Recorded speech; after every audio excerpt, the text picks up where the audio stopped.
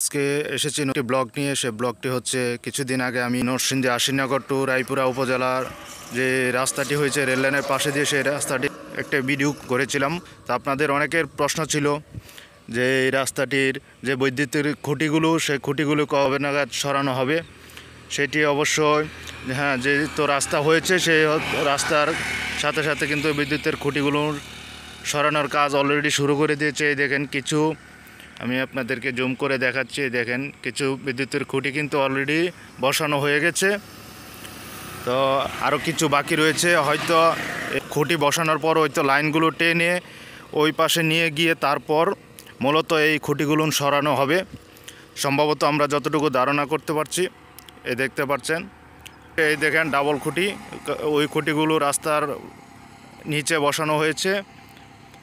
ওই খুঁটিগুলো বসানোর কারণ হলো খুঁটিতে তার আগে টেনে নিয়ে লাইন টেনে তারপর কিন্তু এই রাস্তার ভিতরে যে খুঁটিগুলো রয়েছে সেই খুঁটিগুলো সরানো হবে সম্ভবত। এই দেখতে পাচ্ছেন।